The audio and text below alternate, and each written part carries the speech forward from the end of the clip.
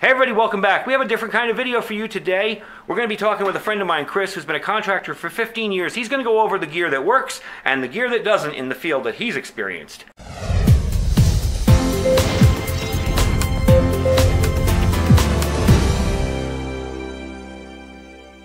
All right, Chris, why don't you give us a little bit of information on the stuff that you found that works and the stuff that you found doesn't. Thank you, George. I appreciate it.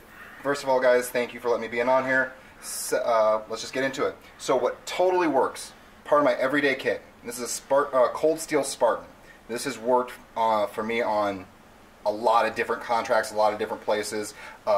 Sharp, dull, gives you a full grip, and then it breaks down to being nothing. Yeah, and I like the fact it's got that little scalloped in there for your hand, so your hand just fits in there perfectly. This right here, you can break down rock, a lot of different things.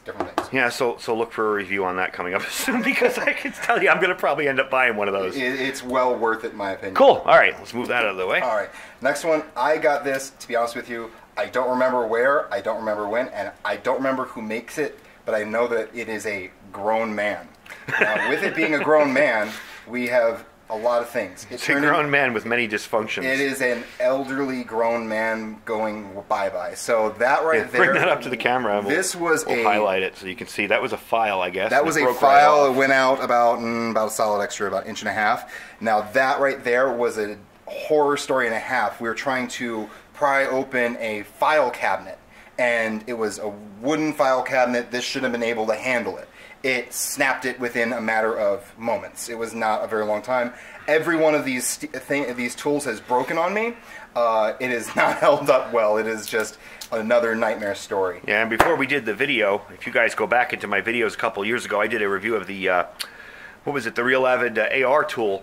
And not only is it a multi-tool, but it works on all the different parts of cleaning your AR. And he's like, I want that. Yeah, yeah, I was drooling over that. I think that. So he's probably going to replace this with something like that in the future. He's going to have to check his inventory later, but we're not going to talk about that. Another thing, real quick, a lot of you guys run rifles. When you do, you tend to run AR. I run an AR if I get the chance to. Being in the contracting game, you get a chance to kind of experience everything from G3s, FALs, AK-47s, all the whole nine, AK-74s, the whole kind of gambit. But if I can, I run an AR.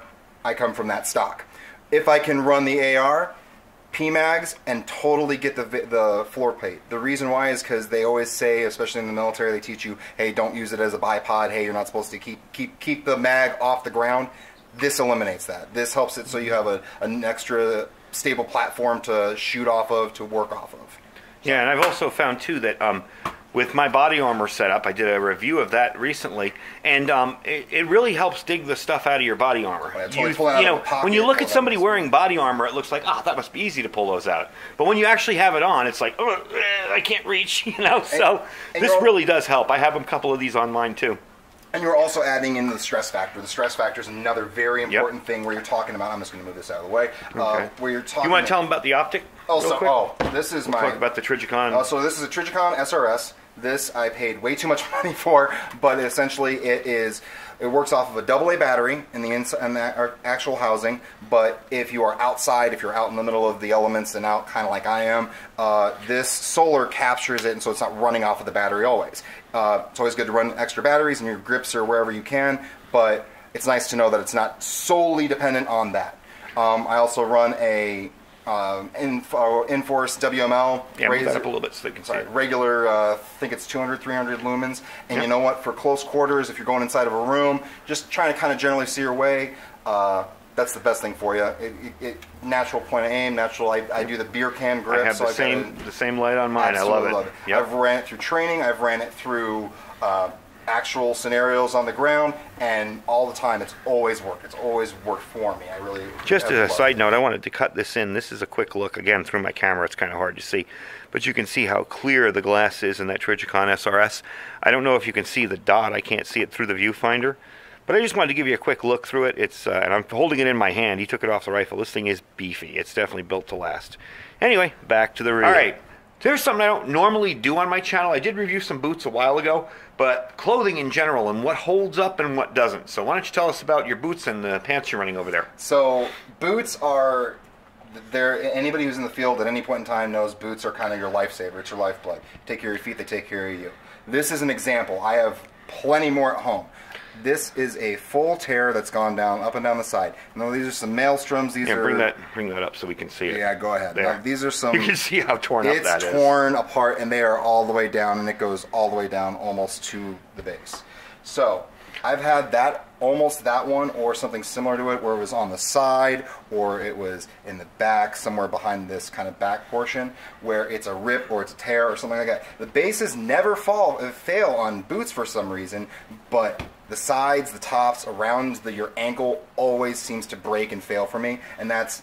Doesn't matter if it's prolonged use, doesn't matter if it's a Bates, if it's a Blackhawk, if it's a whatever company. I've never found a good tan boot that can do it. Not in my 15 years of doing this. Yeah, and it's funny, Chris and I used to work in the same gun shop that I worked in around here. And we used to have to wear boots for work. It was part of the work uniform. Yep. And I think I paid $99 for them. I forget the company that makes them now. I did do a review on them, but I totally forget the company. But for 4.5 years, those things are still looking brand new. Now, yeah, I did clean them up. Right, of course. A lot. Of course. And we weren't exactly doing, firefights and training drills. But I mean, wearing it every day in a store and wearing it out at the range when we were at Front Site, we definitely took a lot of abuse on them. Oh, yeah, and especially when you're doing something like you're running drills is a prime example of that. Even when we were doing something as simple as, I remember when we were working at the same gun store where we would, hey, someone came in with a gun, run that quick drill in your head, run that just where would you put yourself physically and mentally, and I mean, you do get a little bit of wear and tear out of it, but nothing on carpet. Real training, real time on target, real time out in the field. Things like prone out, you'll do things where you're dropping, you're putting your foot in awkward positions, and it'll cause tears like this. Things that you wouldn't normally see in a real world scenario. So the moral of the story is pay the money, buy good boots. Yes, yes. And you do have a pair now that are the good ones, right? I have a couple of pairs right now that work. I have one that's training right now for that's still kind of in the process with a company called Victos. Absolutely love those guys. If you get a chance to go check them out. But they are well worth the money. That's a super lightweight boot. I'm waiting to destroy that completely before I start complaining about it. Until then, I'll wait off on that. Yeah. Okay. One last one. So this is actually what works really well. So unlike 511 boots, which are absolutely nonsense, don't bother. I have tried. They look like something out of Dragon Ball Z. You can look that up later. It's funny too because the manager of our gun shop wore 511 boots. And those darn things, he was so upset because he paid so much money for them. And they shredded. And I mean, he was sitting at a desk almost all day. He wasn't really running in them, and they shredded up on him. So the two complete nightmare scenarios that I have for boots are Bates tan tactical boots, and the 511 tan tactical boots. Both of those, I don't know exactly what models they were, but basically in just general, I'm kind of using an overview for the company. They both were the complete catastrophic failures. They were the ones that the heels broke on them. They were the ones that the tongue was falling out of the front end. They were the ones that just having the same problems around the ankle like they were having. They even broke down from the actual where your foot sat to where the flap was for the plastic. And that's weird because Bates are not cheap. No, they're not. None of these are cheap. I mean, most of these, that's why I said those maelstroms are $60 and they've lasted me the longest. Most of those are hundreds, $200. Yeah. And it's funny because I always hear people in the bushcraft community, say go and buy a good pair of Bates boots.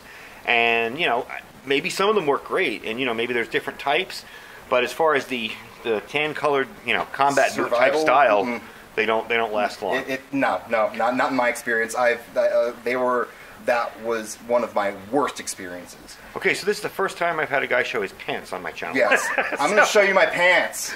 We're getting into that now. Okay. All right. So unlike their 511's shoes, they make extraordinary clothing. I'm not going to be one to be a fanboy, but I absolutely love the 511 pants. I've run them for a majority of my career in one way or another, and the most that I can say is outside of either the blood stains I can't get out, which are mine or not mine. I'm not going to go into that. I've had some rips on the knees when I've had to take a knee too fast or something like that. But for the most part, this is that I still keep around. That's the worst hole I have. You can kind of barely see my finger. And if you wear them long enough, they all do that. They all do that. Yep. And these are, I think I was looking at them, I think they're close to 7 years old. Yeah. And I still wear them. I still go on contract with them, even those. if I need a breeze. Yep.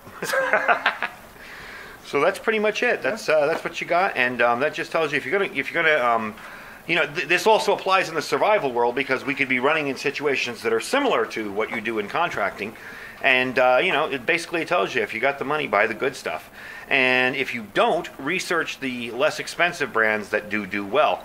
And when it comes to boots and clothing, 511's actually a less expensive brand. There are some boots that are $400 and $500 a pair. So, you know, if you've got the money to do that, that's great, but check in to see what works for you and what doesn't. And it's important to test your gear. You know, Chris is out here doing a contract or something, that's, you know, he's using it. But if you just buy a new pair of pants and stick them up in your closet and go, I'm ready for the apocalypse, you know, you want to wear them and test them and see how they feel, if they're comfortable.